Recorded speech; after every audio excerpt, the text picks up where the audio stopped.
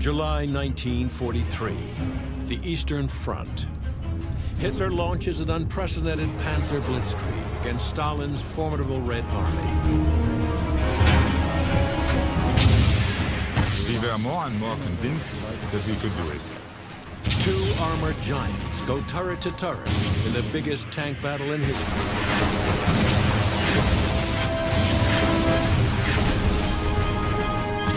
It's just as if two bulls that run into each other. Defeat is not an option. At stake is nothing less than the fate of the Second World War. In my soul, I knew one thing and one thing only. Whether or not I die, I would stay on the spot till death, and I will win. This is tank warfare at its bloodiest. This is the Battle of Kursk.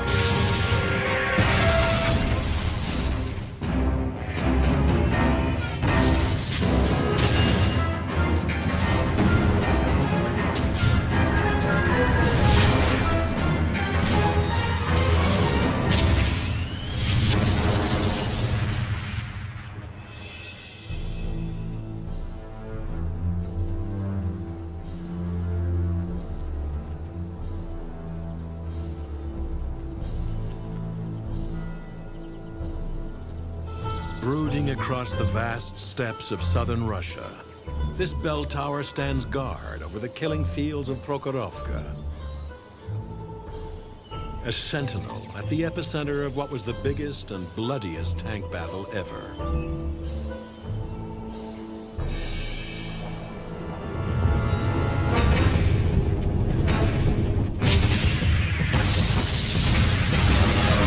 Operation Citadel.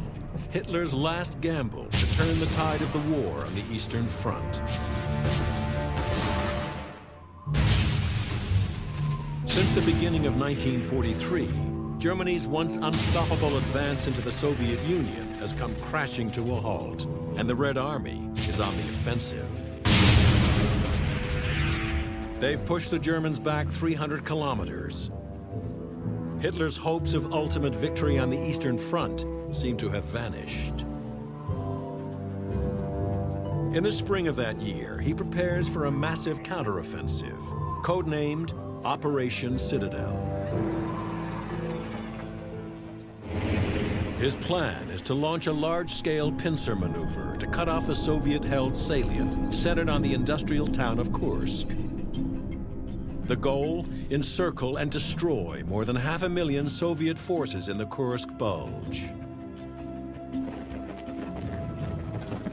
Leading the attack for the first time are the elite troops of Hitler's Praetorian Guard, 3 Panzer Grenadier divisions of the infamous SS, including the Death Heads.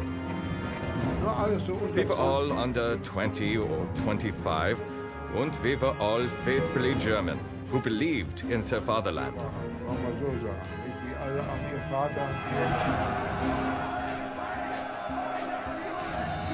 For the attack, the Germans have amassed 780,000 men, close to 10,000 guns, and 2,500 tanks.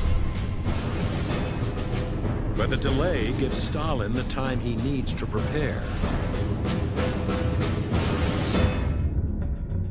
His strategy is to build strength in depth.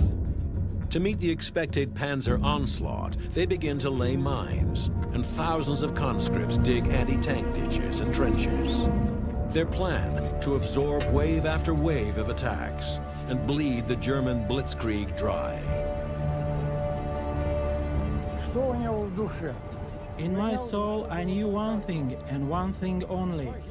Whether or not I die, I would stay on the spot till death, and I will win. I would only be in one mood, to kill as many Germans as possible.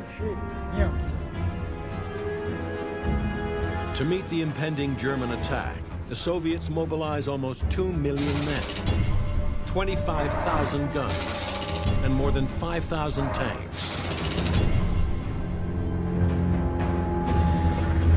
The Soviet war machine goes into overdrive in the months leading up to the battle. What the T-34s may lack in firepower compared to the newer German rivals, they'll make up for in sheer scale of numbers. And we had many of those tanks. Many.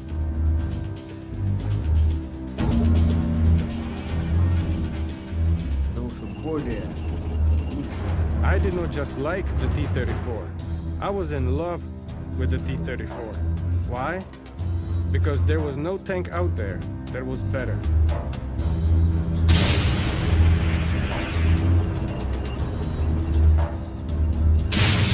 I love it. I'm in love with that tank. The T-34 is the backbone of the Soviet Armored Corps. Equipped with a 76mm main cannon and 47mm of sloping frontal armor, the T-34 is a perfect balance of firepower and protection.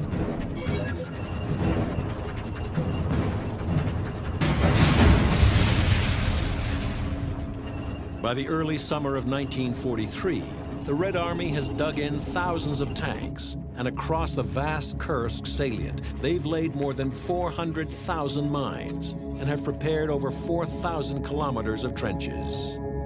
Finally, they are ready for the Germans to attack.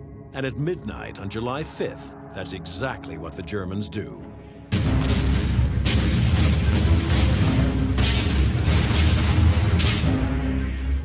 What happened was a sea of fire, constant shooting, constant explosions. The sound was intense to the point of blocking your hearing. Everyone, all of us are scared of dying. That's clear to everyone. But it's important to overpower that feeling. Overpower it. In the southern sector, the German blitzkrieg is spearheaded by the SS Panzer Grenadier divisions. Their mission to drive straight through the Soviet defensive lines to Kursk, their right flank protected by the 3rd Panzer Corps, whose first objective is to secure a vital bridgehead across the Donets River, and to do it at first light in the face of murderous fire.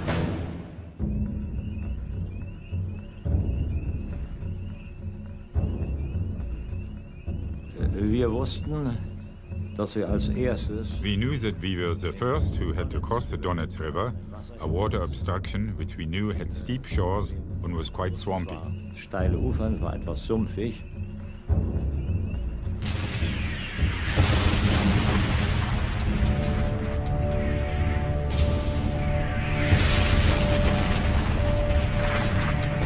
In front of us were the infantry and the sappers, who had already crossed the river and who had suffered a lot of losses.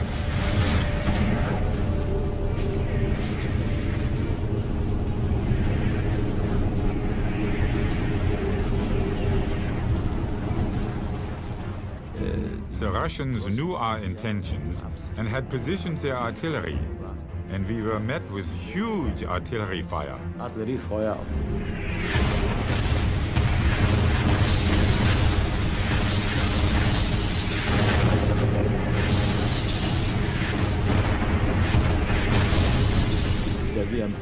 In the tank, we closed our hatches and we were safe. The sappers were sitting there, only with steel helmets and a whistle in their mouths. The water was as if it were boiling. That's how strong the explosions were. And they just kept doing their work, and we crossed the bridge. That was no problem. But immediately after the bridge was a minefield.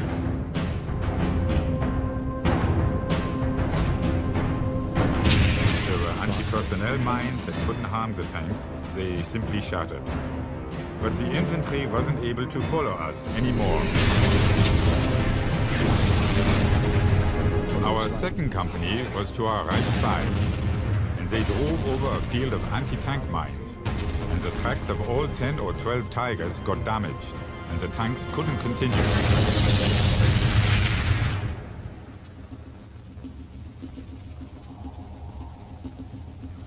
On the right flank, the Germans suffer heavy losses, but nothing can stop the SS in the center.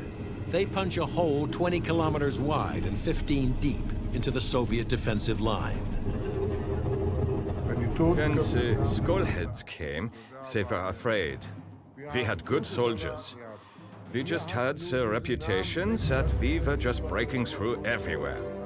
That we were marching and attacking, regardless of the consequences.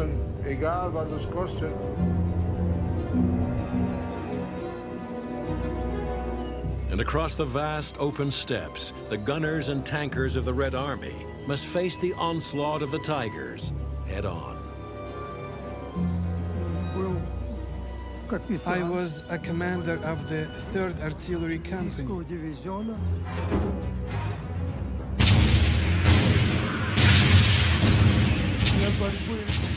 In order to battle with the tanks, we would create special anti-tank defense locations that were faced toward the danger zones.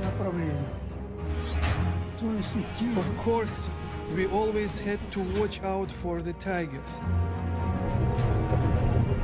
From my own observing station, we spotted a Tiger that was stationed on a high point on the field and was firing away at our tanks.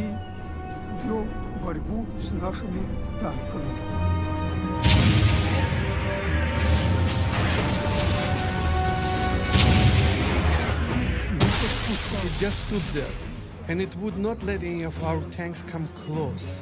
No matter what we did, how we tried to go in from right or left in order to blow it up.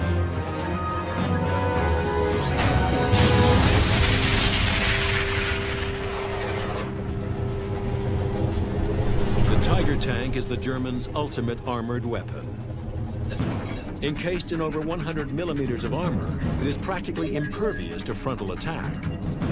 But it is the Tiger's 88-millimeter cannon, with a range of more than 2,000 meters, that makes it the most deadly weapon on the vast and sprawling battlefields of the Russian steppes.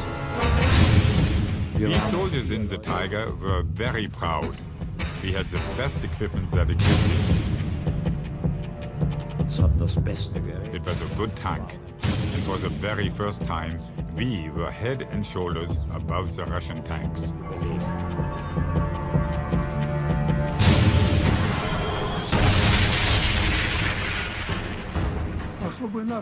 In order for our tanks to get Tigers or Panthers, we would have to get a minimum of 300-400 meters and get them on their side armed. You see the type of the situation we were put in?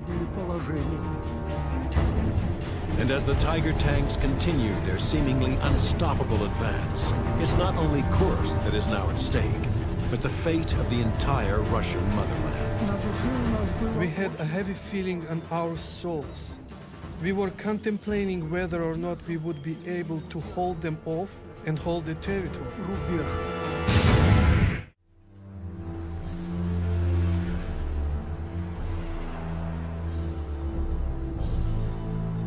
This is the modern-day city of Kursk, an unremarkable relic of the Soviet era in the middle of the vast Russian steppes.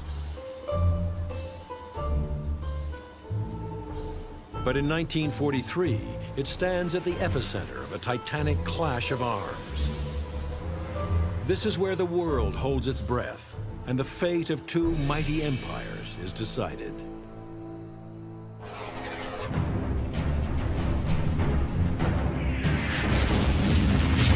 July 5th, Hitler launches Operation Citadel.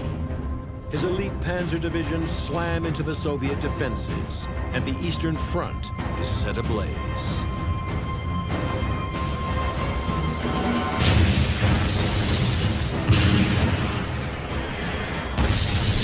In a classic pincer maneuver, Hitler launches simultaneous attacks on the Kursk salient. His goal, to encircle and destroy the Red Army.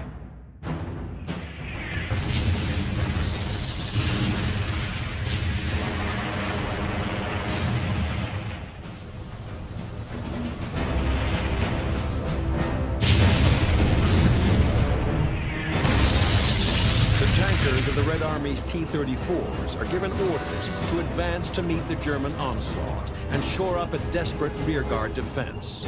Their task is daunting: stop the relentless flow of panzers any way they can.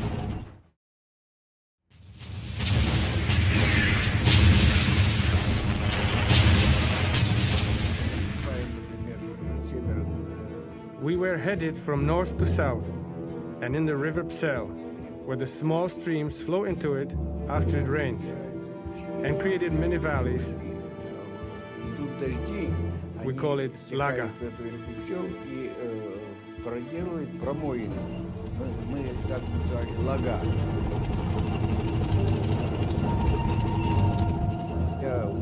Well, my tank went into one of those mini valleys. It's like a naturally made trench.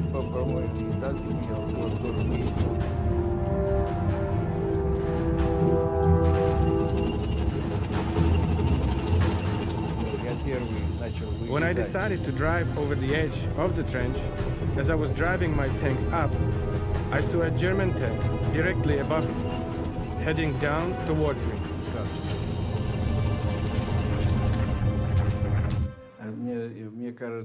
I don't think I had any emotions, maybe somewhat of a fear, but I'm not sure. It was so sudden, the tank just showed up.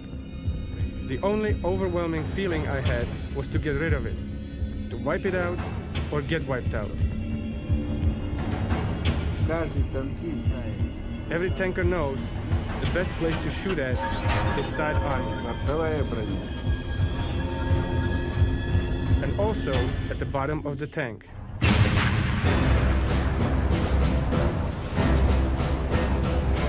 And only then, when I got him with the second shot, did the smoke start fuming out.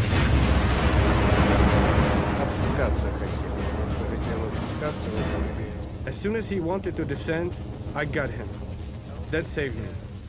But you know, there was always fear. You can't take that away. For a full week, the Battle of Kursk rages. Although outgunned by the Tiger, the Soviets have a seemingly inexhaustible supply of T-34s, and Hitler's master plan is beginning to falter. The Tigers of the SS continue their dogged advance towards Kursk. And the 3rd Panzer Corps has been unable to break out of its bridgehead at the Donets River.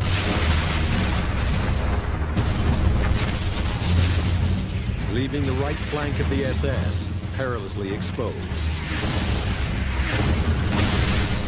With urgent orders to advance, what they haven't been able to achieve by brute force, they now attempt by trickery. A secret midnight thrust straight through the Soviet defenses. It's the bold and daring plan of Major Franz Becca of the 6th Panzer Division. He was famous, well-known, and a valued tank commander who had a 7th sense for everything that was eventually going to happen. Becca's goal was to win over as much territory as possible to reach our target. Others said, let's wait for the daylight. But he said, this is a perfect time for us to attack. And he did it.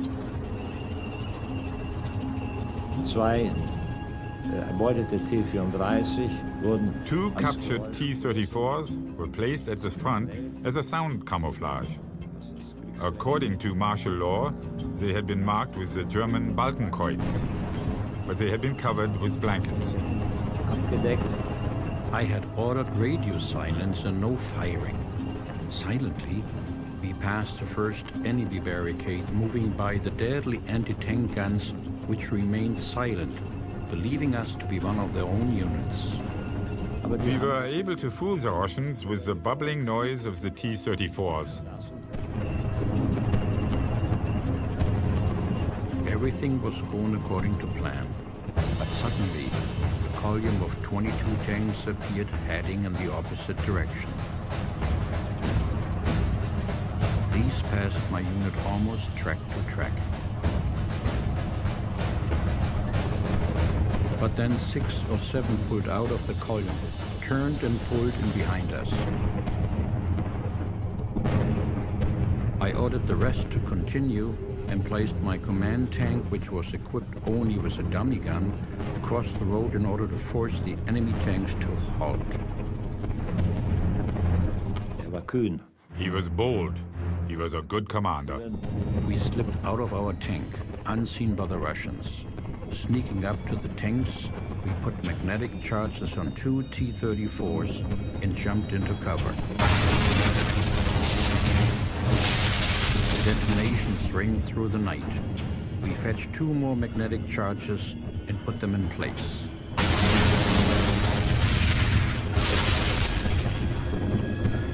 Als sie dann noch etwas The blankets were taken away, and we started firing at them.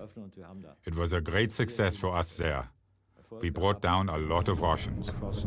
Der Angriff wurde dann am Tag.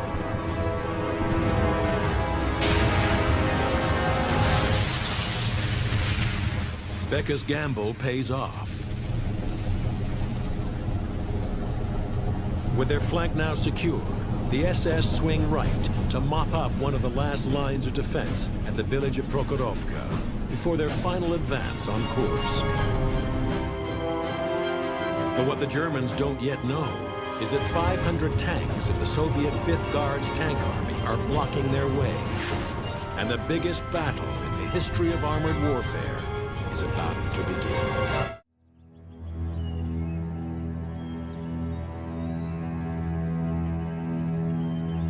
The steppes of southern Russia. Today, a gently rolling landscape of wheat and rye fields. In 1943, a battlefield, offering little cover and no place to hide for a 60-ton tank.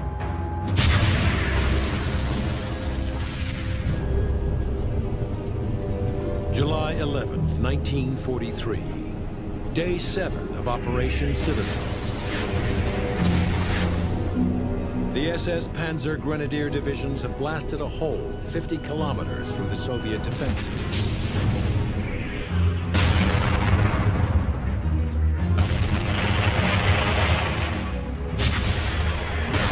And the Battle of Kursk is about to come to a climax of unbelievable violence.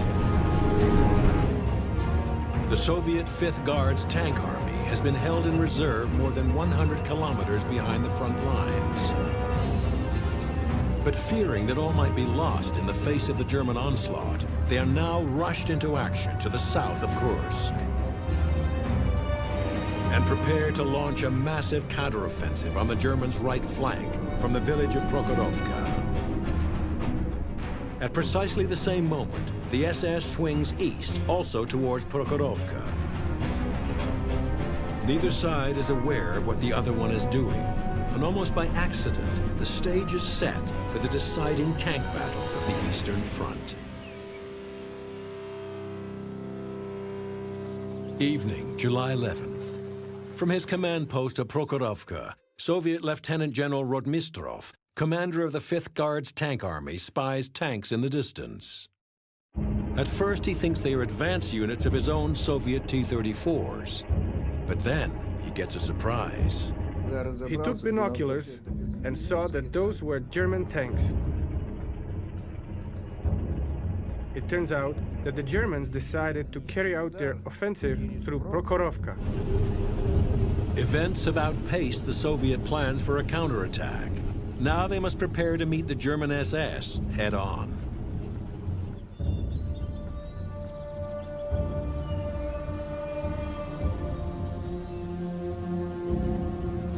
We had a very heavy feeling on our souls. By the order of the main commander general, we were to stay and fight to the death and not let the enemy take over Prokhorovka. July 12th, dawn. The rumbling of tanks' engines can be heard for miles around as 300 German tanks and 500 Soviet T-34s prepare for battle. From behind a railway embankment on the Russian left flank, Savily Ilyich commands a Soviet anti-tank gun emplacement. And at 0830 hours is one of the first to spot the massed ranks of the SS advancing.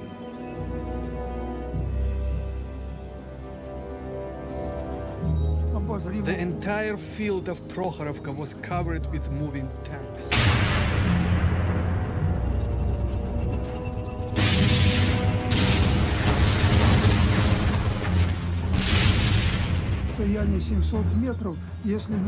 We aimed at the bottom of the tank or towards the lid of the tank. If the little cross mark was resting on either of those points, then the missile would go directly where it's aimed.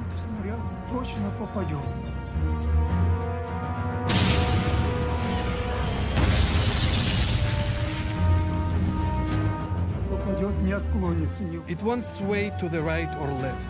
It'll go directly to the target.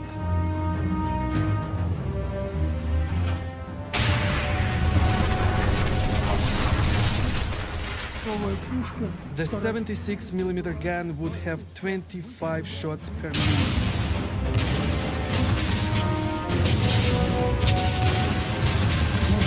And that's how you could battle with the tanks through direct aiming. You were learning quickly during this war. For example, we were all able to tell the difference whether it was a heavy artillery or light artillery firing at us. We were able to hear if anti-tank guns were fired.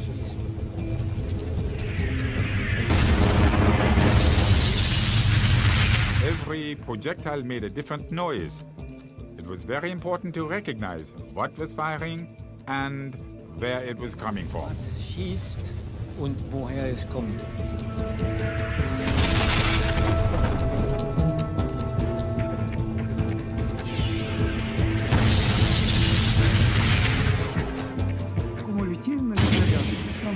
And the armor-piercing ammo had a special mass inside it. When it collided with armor, it would burn through and through. The Soviet armor-piercing shell has a high explosive filler, designed to pierce 55 millimeters of armor plating at a distance of 1,000 meters, exploding on impact and destroying the enemy tank from within. The tank would go up in flames. Fire would burn, and that's what would happen. When several of our tanks had been shot, men suffered terrible burns. A tank on my left side caught fire, and they were screaming terribly.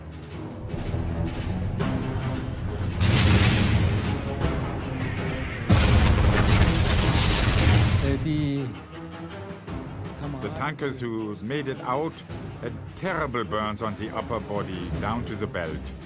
It was frightful. North of the railway embankment, in the center of the battlefield, Tank Commander Rudolf von Ribbentrop is in the first wave of the German advance towards Prokhorovka, when the Soviets take the extraordinary and reckless decision to meet them head-on.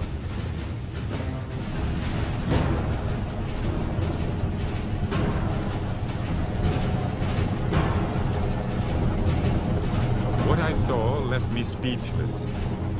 From beyond the shallow rise, about 150 to 200 meters in front of me, appeared tank after tank, wave after wave. There were too many to count. It was a simply unimaginable assembly, and it was moving at a very high speed. And suddenly, we're on the same path, face to face.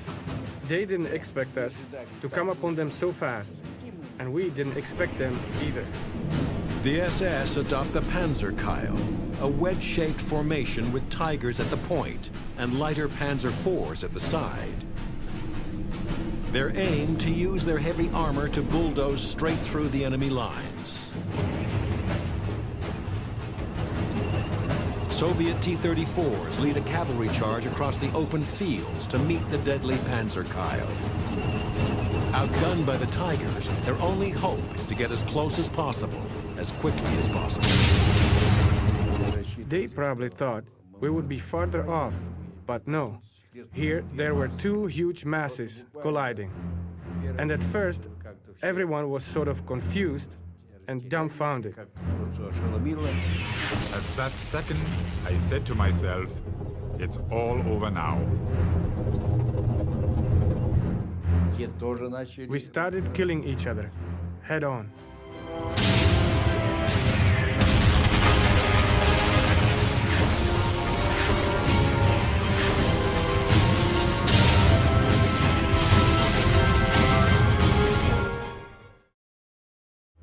July 12th, 1943.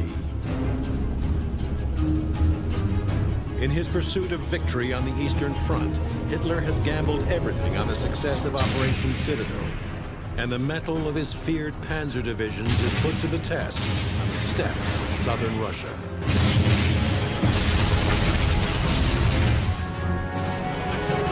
In the northern sector, the advance of the German 9th Army has ground to a halt, still 80 kilometers short of its objective of Kursk. Everything now hinges on success in the south, where the SS have come up against the Soviet 5th Guards Tank Army on the fields of Prokhorovka. Needing to get within range, the Soviet T-34s charge at full throttle against the advancing SS. It's an all-out fight for survival, point-blank range.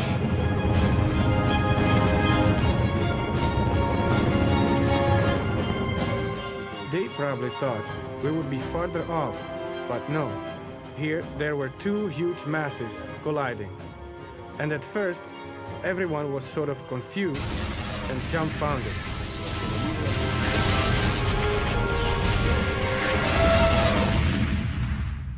In the first wave of the German advance is SS tank commander Rudolf von Ribbentrop.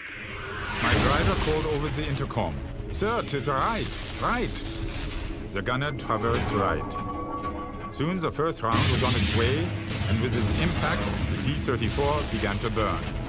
At the same instant, the tank next to me took a direct hit and went up in flames. His neighbor was also hit. We had no time to take up defensive positions. All we could do was fire. From this range, every round was a hit.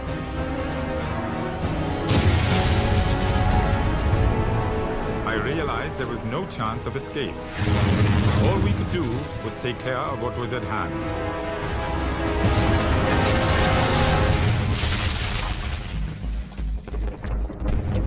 The battlefield is a chaotic mass of tanks firing at point-blank range. For the tankers on both sides, it's kill or be killed. And so it began, shooting at each other practically point blank. 100 yards, 200 yards. You did not need a long-range gun. You can just shoot head-on. No one knew the situation. Not the army generals, not battalion generals, not any of the commanders of brigades. We were prepared.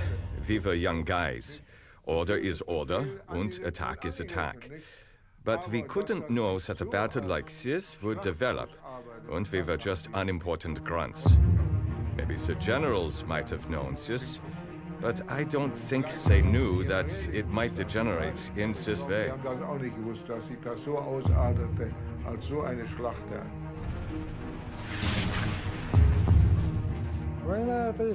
It was a test of nerves for people. That's why at that age I got my silver hair early. Became silver-headed. By midday, the entire battlefield has been set ablaze and become a hellish inferno. The fires were burning, the cars were burning, and tanks were burning. The field crops were burning. Everything was ablaze. It was a horrid battle. There are clouds of smoke, as if it was a dark evening.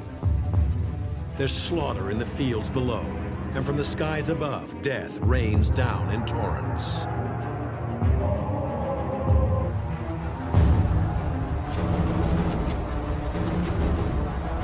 Everyone was bombing. We were bombing, Germans were bombing. The Germans, I don't think they had targets, and that's all. The carnage is indiscriminate. Death comes from every angle, and it's the tankers who are caught in the middle. A person is scared of death.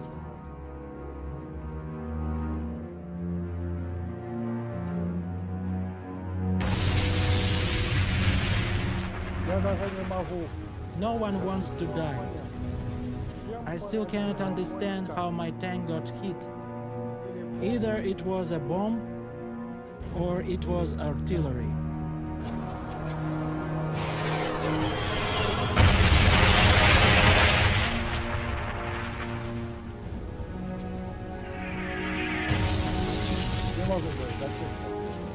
But it burned, and that's a fact. And it burned because it was totally loaded with ammunition and such. And we had extra gas. All of that burns. All of it is fire. Fire consumes everything.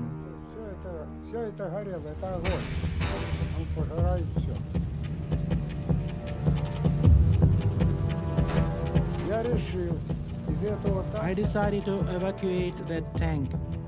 I said, we need to evacuate, Lieutenant. The lieutenant was burning up, so he couldn't say a word.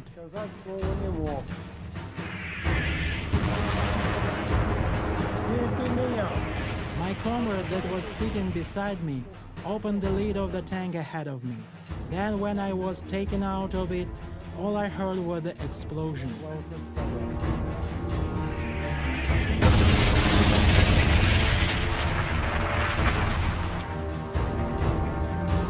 I still remember this battle. Still remember it. Only 2 members of Pavel's crew escape alive. Tank losses are reaching catastrophic proportions on both sides. But it's clear the Soviets are losing more. With defeat not an option, the Soviet T-34s attempt to block the German advance in whatever way they can, including a desperate tactic of last resort, never before witnessed in armored warfare. Some of them had probably received the order to drive onto our tanks.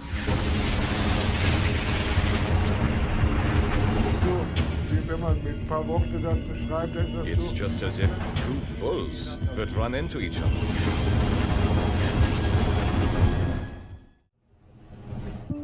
July 12, 1943. The Battle of Kursk has raged for 7 days, and Operation Citadel, Hitler's last-ditch gamble to snatch victory on the Eastern Front, is about to come to a bloody climax on the fields of Prokhorovka. 300 tanks of the SS Panzer Grenadier Divisions and 500 tanks of the Soviet Red Army clash head-to-head on a battlefield measuring just 4 kilometers by 6. It's the greatest concentration of armored firepower ever yet assembled, and a desperate fight to the death. The tankers of the elite SS have been prepared for the bloodiest of battles. But this is warfare like no one has ever seen before, and nothing could have prepared them for the kind of tank carnage now heading their way.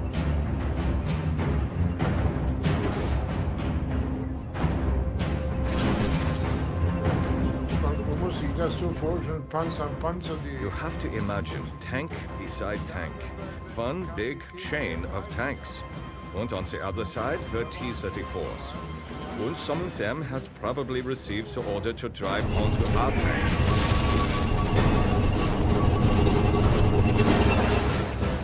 Each one wants to be stronger than the other. That's exactly how it was there.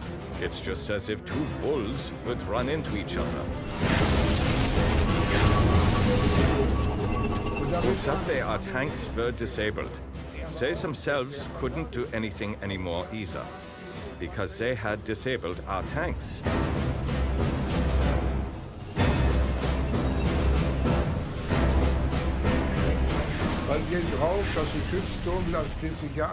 Because once they were on them, you couldn't move the turret or anything. We had never experienced that. It was the first time that the Russians had driven onto our tanks. That was their showstopper.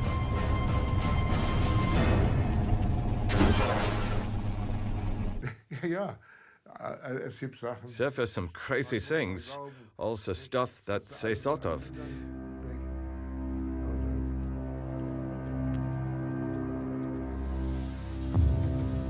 With just an hour's daylight remaining, whoever wins on this battlefield will win Kursk. And it's the German tankers who, in the bloodbath, now sense victory is within their grasp. We were more and more convinced that we could do it.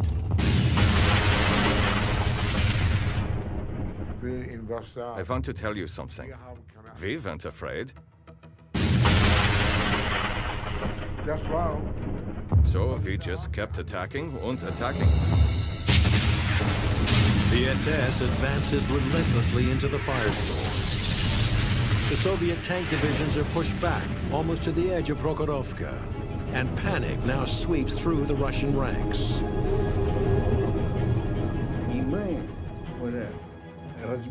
And we just said, just like that, the lines are splitting, battalions are splitting, army is backing. And we were backing up the 5th Army. But the Red Army generals won't give up. They send wave after wave of T-34s into the fight.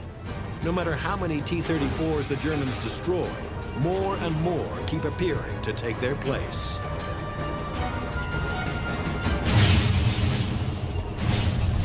Rudolf von Ribbentrop is overtaken by the avalanche of Soviet T-34s. At this point, remaining stationary was the surest means of being destroyed by the Russian tanks. Just then, a T-34 halted about 30 meters off to our right. I saw the tank rock slightly on its suspension and traverse its turret in our direction. I was looking right down the muzzle of its gun. "Step on it now," I shouted into the microphone. My driver had already put it into gear. We moved past the T-34. The Russian tried to turn his turret to follow us, but was unable to do so. We halted 10 meters behind the stationary T-34 and turned. My gunner scored a direct hit on the Russian's turret.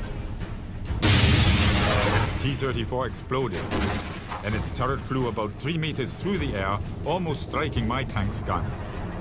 While all of this was going on, other T-34s were rolling past us. At day's end, after 11 hours of butchery, neither side has gained any ground at all. The Germans and Soviets are back literally where they first started. The battlefield belongs to neither, and Prokhorovka is strewn with the burned-out corpses of their tanks. The battlefield seemed like a cemetery of armored tanks and technology. On the entire field, on the ravines, on the edges of the forest, lay hundreds of damaged German and Soviet tanks.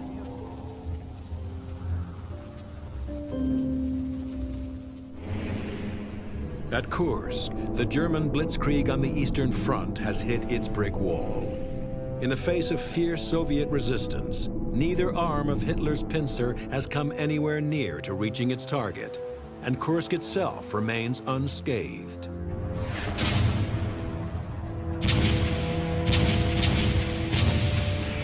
Losses on both sides are enormous.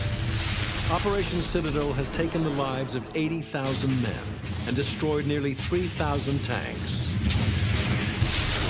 But the Soviets have held off the Germans. For the Red Army, it will be remembered as a great victory. The day after Prokhorovka, with news of the Allied invasion of southern Italy, Hitler calls off Operation Citadel altogether to deal with a war which is now on two fronts. The battle for Kursk is over, and for the Germans it represents a massive and irreparable failure.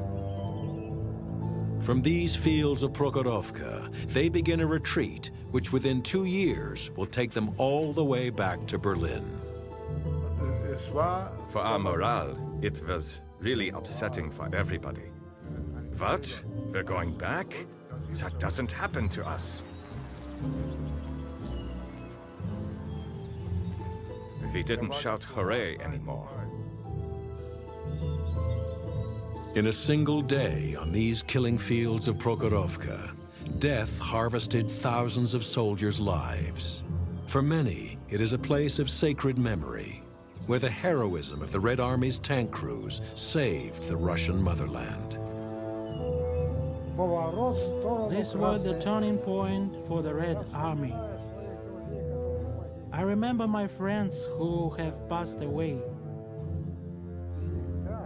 I'm always remembering them. Always, always will be remembering them. My friends. May they rest in peace, as they say in heaven. Царство им, как говорится, небесное.